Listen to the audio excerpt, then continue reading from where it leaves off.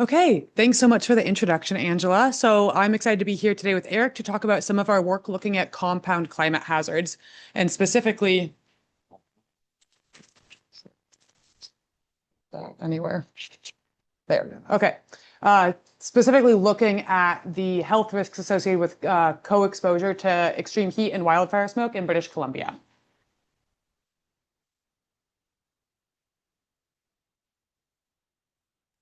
Okay, so to get us started, we're going to have a poll. So the poll question to kind of get you thinking about this is, on average, how many days per year do you think communities in British Columbia experience co-exposure to wildfire smoke and extreme heat? And then your four options are there. So just take a quick second to make your best guess, and then we'll get into it in more detail.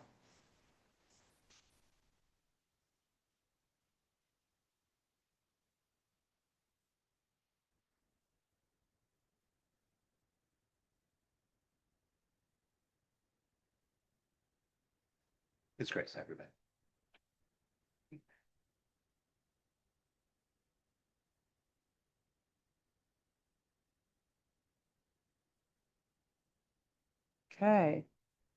Okay, so we have quite a range of results. Most people, 34% thinks over 31 days of co-exposure, with kind of the other results split between 0 to 10, 11 to 20, or 21 to 30. And I'm not going to give you the answer right now because we're going to spend the next 15 minutes getting to that answer and talking about co-exposure in BC.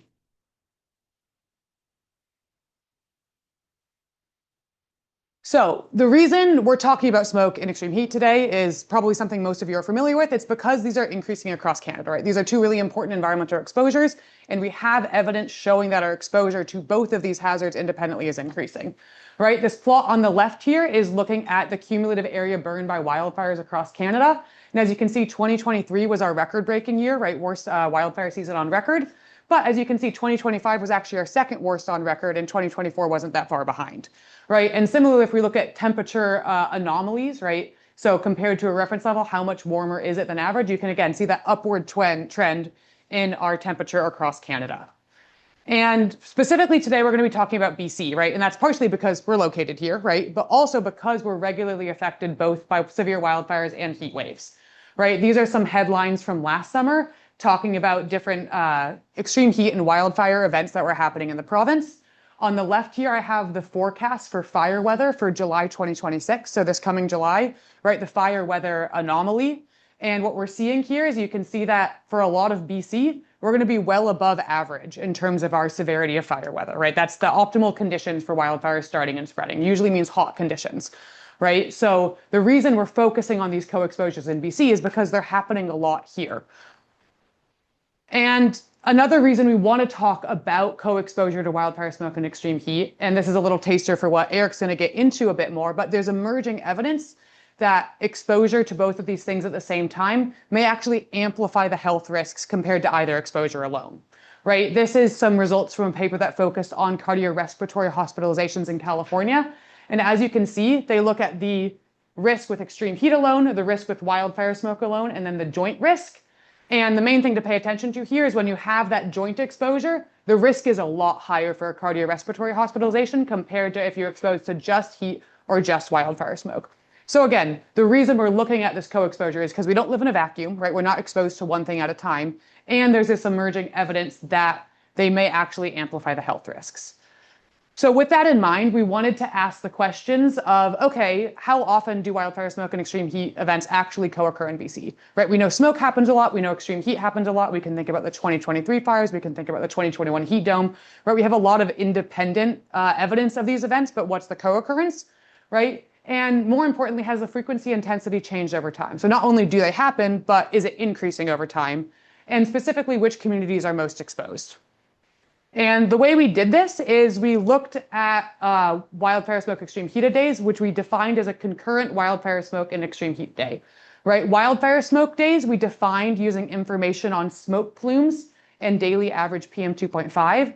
So using the information from CanAwesome, which is a machine learning model that estimates PM 2.5, and the data from NOAA's hazard mapping system, which looks at the shape and location of smoke plumes across Canada on any given day. So that's the data we use for a wildfire smoke day. And then looking at an extreme heat event day, we define that using the humidex, which is the human perceived temperature. It combines information on temperature and relative humidity to get a sense of how hot it feels to someone versus just the plain temperature. And using those data sets, right, we had two distinct definitions. So for a wildfire smoke day, what we're looking, right, for a community to have a wildfire smoke day, they need to have a smoke plume overhead, right? So using information on, okay, was there a smoke plume present? And did the daily average PM2.5 exceed a predefined threshold, right? And that threshold is defined as the average PM2.5 plus 1.5 times the standard deviation of PM2.5 on days with no smoke plume. That basically, the shorthand way to think about that is kind of standard background PM2.5. Is there a smoke plume, and are we above kind of the upper end of what background level PM2.5 should be in that area? So if that condition's met, we say, okay, there was a smoke day in that community. And then for an extreme heat event day, we're looking at the maximum and the minimum humidex, right? And this is important because we need to think about the hottest part of the day, but also overnight temperatures. We know in terms of heat, right, the hot middle part of the day poses a risk, but also overnight temperatures pose a risk. So we look at whether the maximum and the minimum exceeded the 90th percentile for 2 or more consecutive days during May to September. Right, so looking during the summer months and seeing, okay, it's an extreme heat event. It's not just a day, right? So we need 2 or more days where they're exceeding these percentiles. And both of these are predefined definitions that we've pulled from the existing literature. And using that definition, right, so we have a wildfire smoke, an extreme heat event day, and then the co-occurrence of those two, right? We looked at the frequency and intensity of those events, temporal trends in those events, and then the exposure burden by indicators of deprivation and rurality of communities. And for that first one, looking at the frequency intensity, we really just generally looked at the spatiotemporal patterns and population exposure. And we looked at what we call the census dissemination area level, which is communities that represent about 400 to 700 people. It's a standardized definition from the census, right? And we look at how often, right, the total number between 2010 to 2022 of these events, and the intensity, which is, okay, we have these thresholds we're using to define a smoke day or a heat day, right? How much above that threshold was it? So was it just barely meeting that threshold, or was it well above that threshold in terms of the intensity of that event? We also looked at trends, and the way we looked at trends is we used the Mann, Kendall, and the Thiel-Sen approach, which lets us look at both, is there a significant trend, and what's the magnitude of that trend? So is it significant? And if it's significant, how much is that trend actually increasing over time? And then finally, we looked at the exposure burden by deprivation and rurality.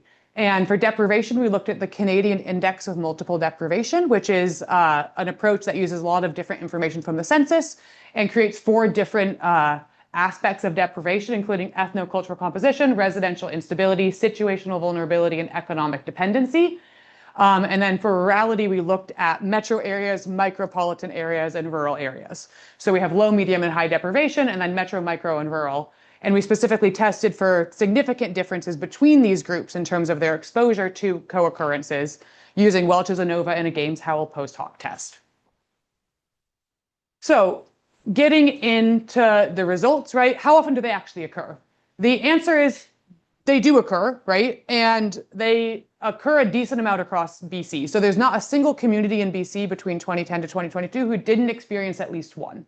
Every community actually experienced at least 7 of these co-occurring events, right? And we have a pretty distinct spatial trend, which I'll get into a bit more. But again, depending on where you live in BC, your frequency of exposure to these events is going to be different, right? And that's driven by the spatial trends happening in extreme heat events and wildfire smoke days, right? We see a lot more wildfire smoke days in the interior, right? Which makes sense given where we know wildfires are burning.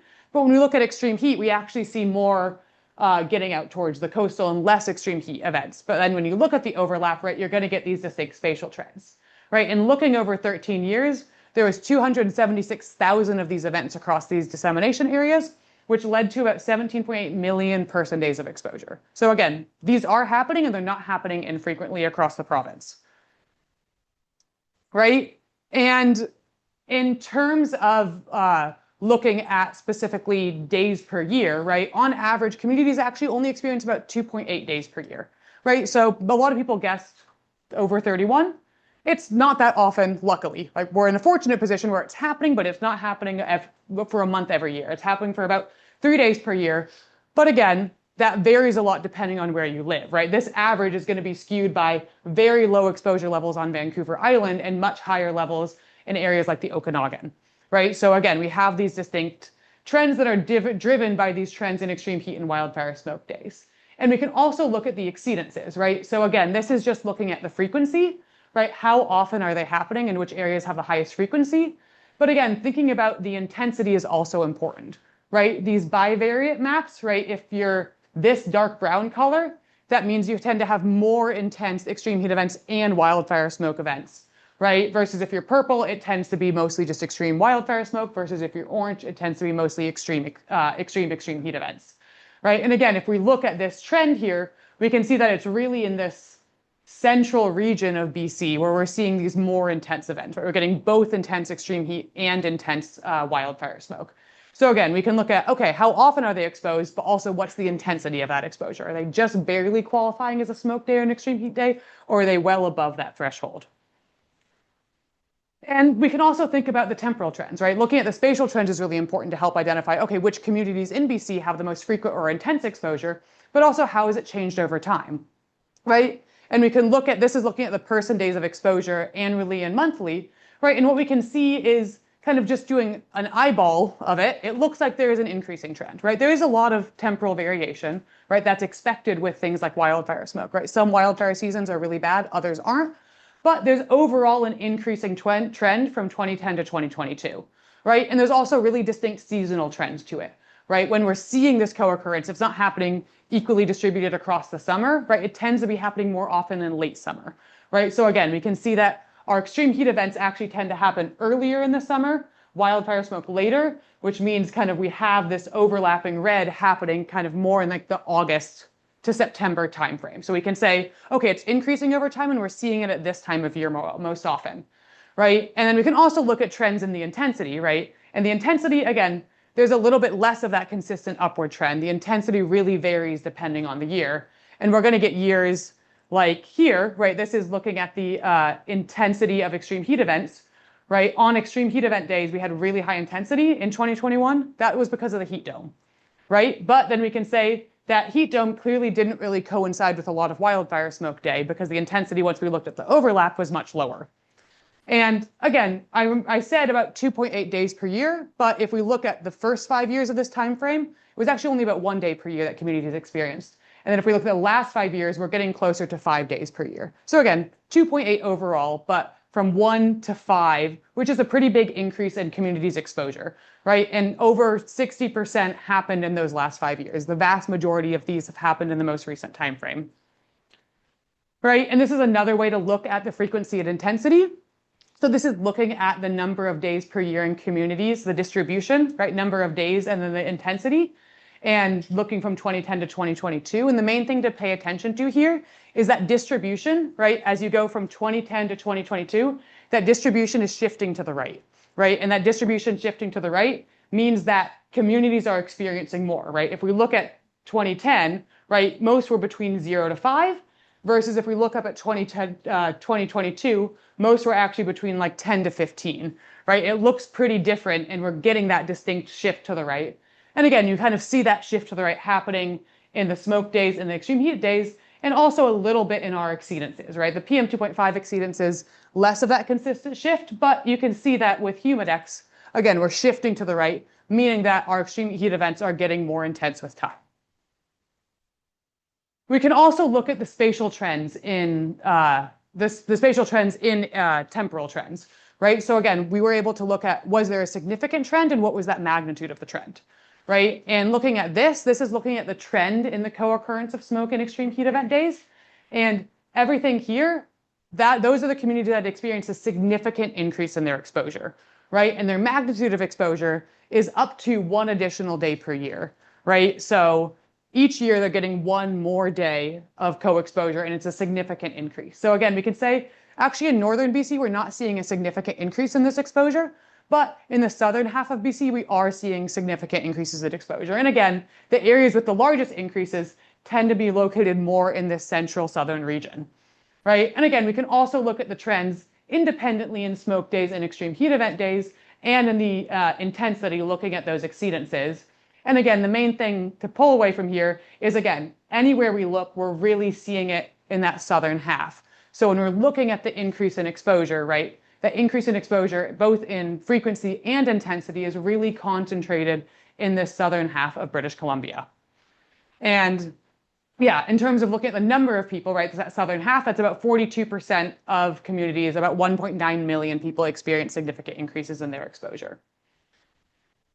And then the next piece we can look at, right, is, okay, we know exposure is increasing, we know where it's increasing, right, but which specific communities have the most exposure, right? And this is looking at the overlap between the frequency of these co-occurrences and deprivation, right? So again, we have the 4 indicators of deprivation: economic dependency, situational vulnerability, residential instability, and ethnocultural composition, as well as indicators of urban and rural, right? And again, the way we read this map is if you're in this dark purple color, that means you have a lot of exposure to co-occurrences and you have high deprivation or rurality, right? And if we look at these maps, just looking at this, right, we can say there's not a lot of dark purple here, which means residential instability and ethnocultural composition maybe visually aren't the most important in terms of community exposure, but unsurprisingly, rurality is really important, right? Rural communities tend to have more frequent exposure to these hazards, right?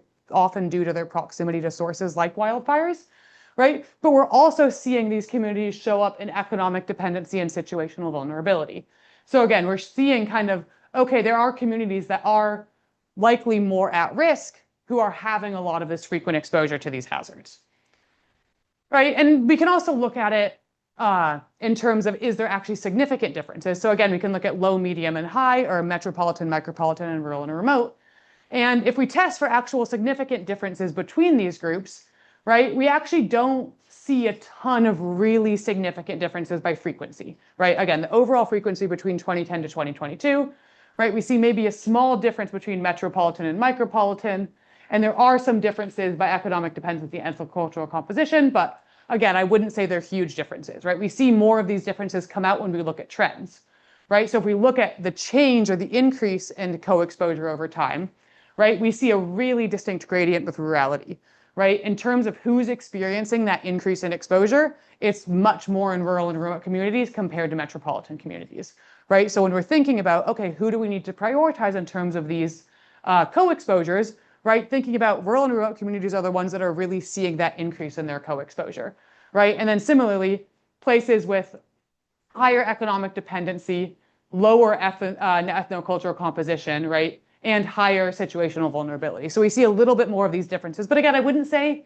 this is a super clear trend. I wouldn't say we look at this and say, it's obviously this one type of community that has the most exposure to it, right? And kind of the main takeaway from when we looked at this was there's a little bit of something there, right? There's, you know, rurality is definitely an important indicator, but we're seeing kind of mixed results when we're looking at the indicators of deprivation, right? And that led Eric to look a little bit more into kind of clusters of vulnerability with co-exposure. And this is a lot of information on here. And the main takeaway here is that it's complicated, right? Who's most exposed is actually a pretty hard question to answer because based on the spatial and temporal trends in exposure and the spatial and temporal trends in our communities, right, in terms of their exposure is pretty different, right? So what Eric did is he looked at clusters, right, looking at this co-exposure, right? We have all these indicators of wildfire smoke and extreme heat event co-exposure. He also looked at green space. He looked at the 4 indicators of deprivation. He looked at indicators of age, and he also looked at asthma and COPD, chronic respiratory disease, to see, okay, do we see this clustering of these types of things across the province? And, you know, there are clusters that exist, right? You can see like cluster 15, 19, 14, right, tend to have a lot of high exposure and people with chronic respiratory disease and people who are older or younger and more at risk of these exposures, right? We see this clustering. And then we can look at, okay, where are these clusters located, right? We can say, okay, if we're looking at cluster 15, for example, almost half of the communities in that cluster are located in the Fraser Health Authority, right? So again, there's not one really super clear thing that comes out with this, but we can kind of say up here, right, these tend to be the more at-risk clusters. And if we, you know, the Fraser and other authorities tend to pop out. But again, I wouldn't say there's one clear takeaway to say, this is the one health authority where this is a problem. Right? The answer is, again, it's pretty complicated, and the way communities experience these exposures is going to vary a lot community to community.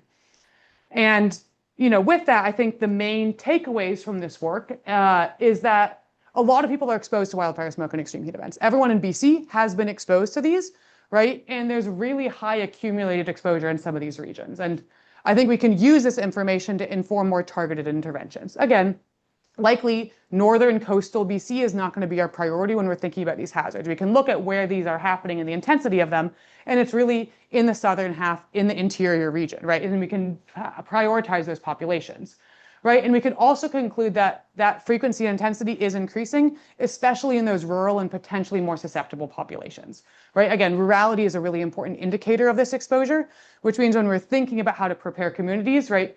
Preparing those specific communities, those in rural communities, potentially with less access to resources, right? Those are the ones we might need to prioritize in thinking about people experiencing more frequent and prolonged co-occurrences of these events, right? And then finally, there's a lot of variability in who's most exposed, right? We didn't really see a constant trend in terms of, okay, by level of rurality and deprivation, is there one type of community that's most exposed, right? And this variability means that we really need community-specific interventions, right? We need to account for the specific context, the specific needs, the specific susceptibilities of communities. We can't really have a one-size-fits-all solution to addressing co-exposure to smoke and heat in these communities. It really needs to be something that's adapted to that specific context, because again, it's going to likely work a lot better if we think about the specific context. And now I'm going to pass it off to Eric. This is published if you want to see it, but I'm going to pass it off to Eric. Thank you, Stephanie. Yeah, so now I'm going to step in and talk about the other half of the equation. Stephanie did an outstanding job talking about the exposure, the co-occurrence, and the spatial temporal patterns. So now I'm going to talk about the health endpoint, and here I'm going to talk about mortality. So obviously it matters that people are exposed. It's annoying to get exposed to these hazards, but there's real-world health consequences. So this is the paper that we published using very similar data sets that Stephanie's been describing. Before we get too far into it, I have a question, kind of an interesting one, see where people are at in their understanding of these health risks. So the question is, what are the shapes of the exposure response curves for the relationships between wildfire smoke and mortality and between heat and mortality? In other words, as PM 2.5 air pollution increases, what is the shape of the exposure response for mortality? And as temperature increases, what is the shape of that exposure response for mortality? How do people, so these are options, both exponential, both are log linear. C is heat exponential, log is just log linear, or heat is log linear and smoke is exponential, or just none of the above. Can you remind people what those two things? Yeah, so kind of exponential is going to look something like this. Although you all are in Sarah's class, so I think so. People online that may have not passed that class. I can't say what is what. And then so that's going to be exponential, and then kind of I guess you could say log linear is something like this. So something more like this, right? So there's a tapering of the effect with a log linear relationship, but there's this exponential increase for exponential exposure response relationship, right? Good. So what do people think? I'll give a few more seconds for people to answer.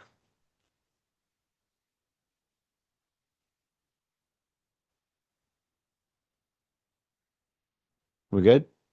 All right, so people are all over the nice histogram, by the way. To really geek out on this. So both exponential, 20%.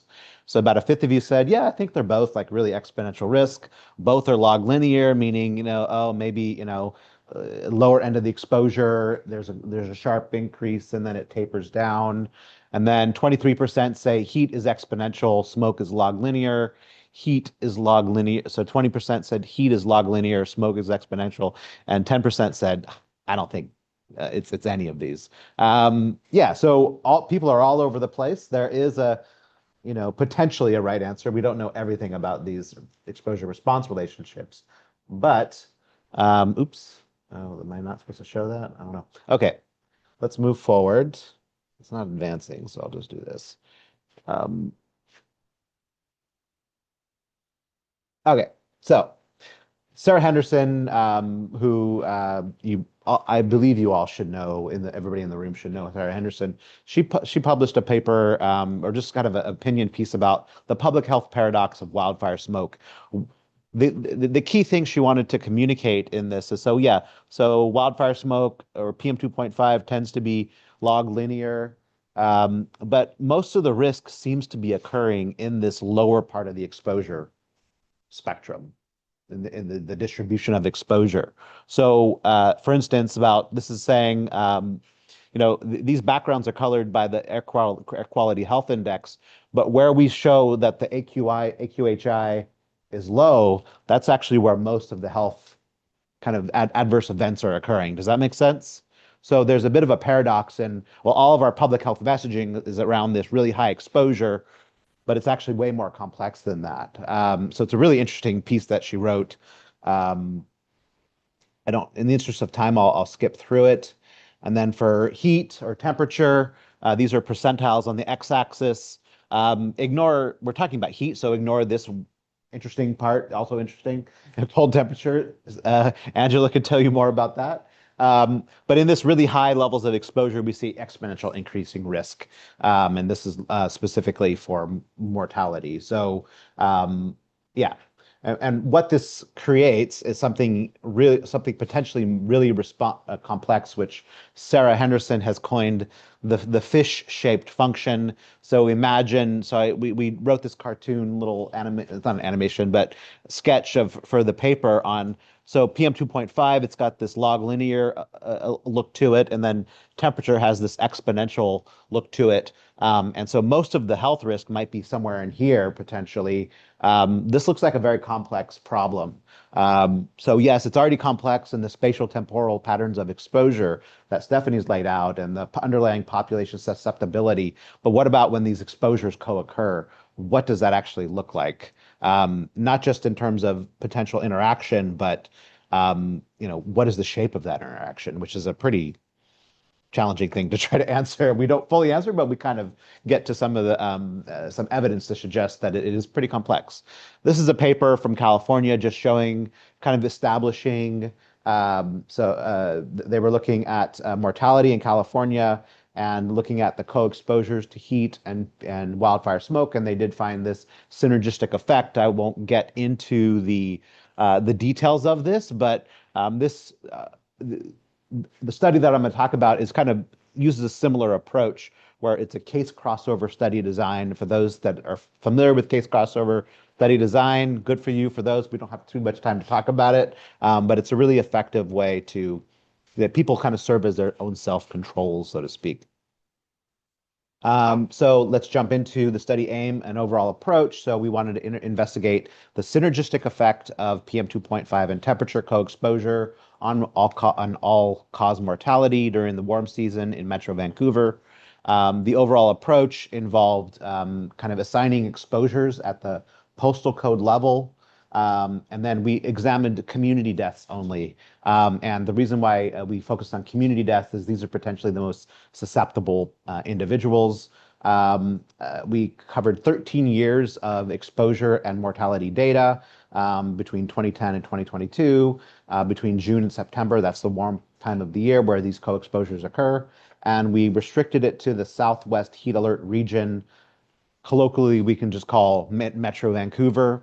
And then we have daily PM 2.5 and temperature exposure assessment based on an absolute value. So what is the concentration? What is the temperature in degrees Celsius? And then we have a percentile based, meaning based on the natural distribution of these exposures on a given day, where did that exposure fall in the overall distribution? I hope that makes sense. Y'all have taken Sarah's class. You should be like, oh yeah, I get this. So on the method side, so just to reiterate, this was a case crossover study with a time stratified design where people serve as their own controls, and the time stratified component is you select the control days on the same month and year and I believe day of week, yeah. And then again, we did this May to October. have to double check that actually. And then we looked at daily mortality based on vital statistics records. And each death has a reported residential code, so we can link that with the exposures. We use the CanAwesome PM2.5 data, which is the same data set that Stephanie just described. And then the exposure assessment was based on satellite-based daily average values, again, assigned at the postal code. But then the really complicated part of this study was not really the exposure assessment, it was the health outcome modeling, where we have conditional logistic regression to estimate odds ratios of death. We have our kind of conventional independent effects, where we have categorical continuous exposure. So we have a model that adjusts, look at the effective heat, adjusted for temperature, and likewise the effective heat adjusted for PM2.5 exposure. And so we get PM2.5 adjusted heat and vice versa. And then we have the joint effects model, where we have categorical and continuous exposure, and we have stratified and interaction models. And then we have a joint effects quantile-based co-exposure, meaning at what quantile of exposure is somebody exposed. But we look at the joint effects using stratified and interaction models. I'm going to focus on this because this is where all the action is based on the modeling results. This table right here, it's a little bit complex. I understand that, but I actually, in the interest of time, I was going to kind of explain what all the deciles and reference groups are. It's a lot to unpack for this presentation, so let me just kind of jump ahead. Maybe we just look at this. There's a lot to talk about here, and this is fun to talk about. So this is looking at the PM2.5 exposure mortality relationships stratified by temperature. So all of these different forest plots that you see here, this is looking at the effect of PM2.5 compared to a reference group. So people exposed below the median. So this is the 50th to 60th, 60th to 70th, so on and so forth. And then the highest exposure group is, exposed greater than the 90th percentile. And then we look at these effect estimates compared to the reference group in a stratified modeling approach, where people exposed below the median of temperature, 50 to 60th, so on and so forth, all the way up to greater than the 90th. And the striking visual here is you see that, in this kind of high exposure group, first of all, we have a pretty high odds ratio, but as we get to these higher temperatures, first of all, it's a nonlinear relationship. We see this log linear effect come into play, but look at this kind of a dip in the effect estimate across all strata. But what you see is when people are exposed at the 90th percentile compared to, maybe let's say the less than the 50th percentile, we see the effect estimates are highest in this high temperature group. So this is a lot to unpack, I know. There's also an absolute value exposure category where the nonlinear relationship really stands out. But this 10 to 12 and 12 to 14 exposure group, when we look at absolute values, that's where most of the mortality is happening. And just like what Sarah was talking about in that paradox, we see most of the mortality risk is in these kind of fairly low exposures. In fact, when wildfire smoke rolls through a community, it's often in these at these exposure levels, which we don't think of as particularly high. But look at these very huge odds ratios at the high end of temperature exposure. This is looking at the exposure response for temperature at different strata of PM2.5. So the same thing I just talked about, but in the reverse. We can see on the percentile base, PM2 or temperature exposure on percentiles looks actually somewhat linear compared to the exponential when we look at the absolute exposure level. So this percentile based helps normalize these exposure response a little bit. But we see very huge jumps in risk at these very high you can see right here as we go let's compare the low exposure group for PM 2.5. So this is the stratified model. We can compare the colors, and we can see the 10 to 12 group popping up as pretty high exposure risk. Nevertheless, this suggests to us that it's probably temperature, or sorry, PM 2.5 that's a little bit more sensitive to this heat synergistic effect going on. Um, so this table, there's a lot here to unpack. So I looked at the relative excess risk due to interaction, and so this or actually odds due to interactions. I just want to highlight. So we do see synergistic health risks. Um, you can see right here when people are exposed to high PM 2.5 and high temperature together, the odds ratio is 1.5. But this part right here, the indicators of additive interaction for REOI and AP, anything above 0 means it's a synergistic effect.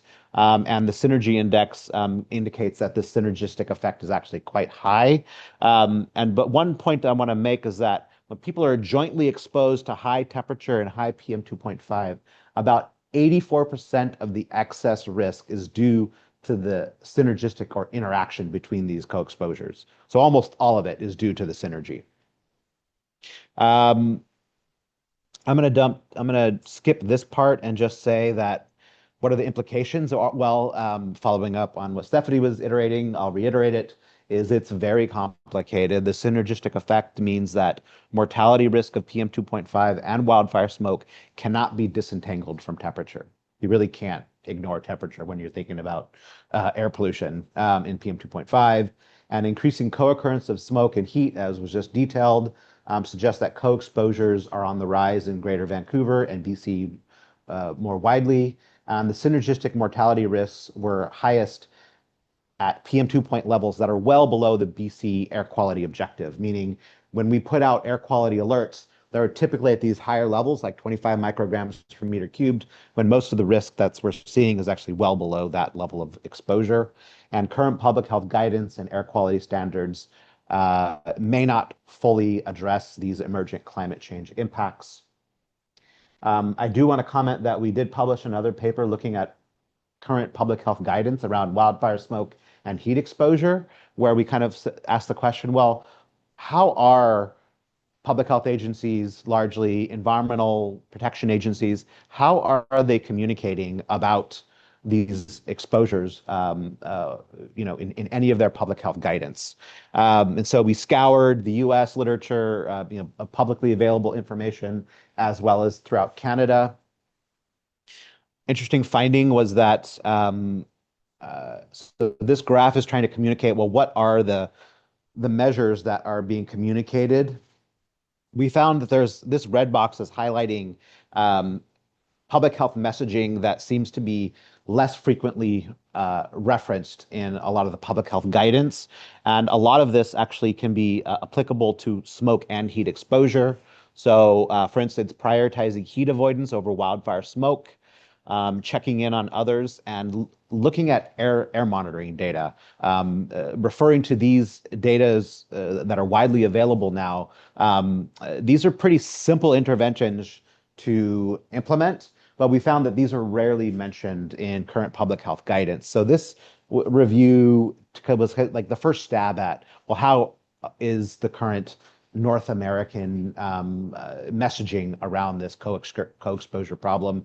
And we identified a lot of gaps and kind of made some recommendations in this space. So I'm going to stop there, mention my collaborators, Naman Paul, Stephanie Cleland, Sarah Henderson, David McBee, and Massimo Stafogia, which brings me to the last question, real quick. And Angela's like about to yank me off the stage. So the last question here, if you had to choose one exposure as a top priority for public health, which would it be? Wildfire smoke or extreme heat? So wildfire smoke, extreme heat, or it's too complicated to pick one?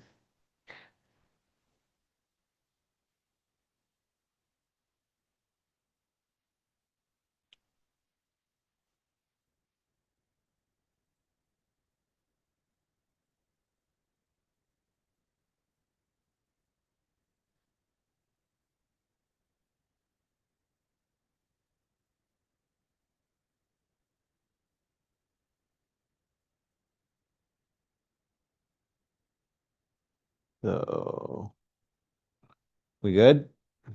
Okay. All right. All right. Interesting. So wildfire smoke got 60%, 16%. Extreme heat got 43%, so that won out. I think people maybe were kind of seeing that exponential increasing risk, and that kind of jarred people a little bit. So I could see that very viable. And then it's too complicated to pick one. 41% of the people said that. I would kind of choose that one only because I don't disagree that that heat exposure kind of has a higher kind of absolute risk, I would say. Um, but if you're somebody who has asthma, you might want to prioritize smoke. So if you're somebody who has cardiovascular disease, maybe you'll prioritize heat. So I think it's very context specific, community specific, individual level specific, whether or not you're going to prioritize one over the other. But totally reasonable to say extreme heat. I totally get where that's coming from. All right, so moving on. Oh yeah, so I'll stop there. So, all right, thank you.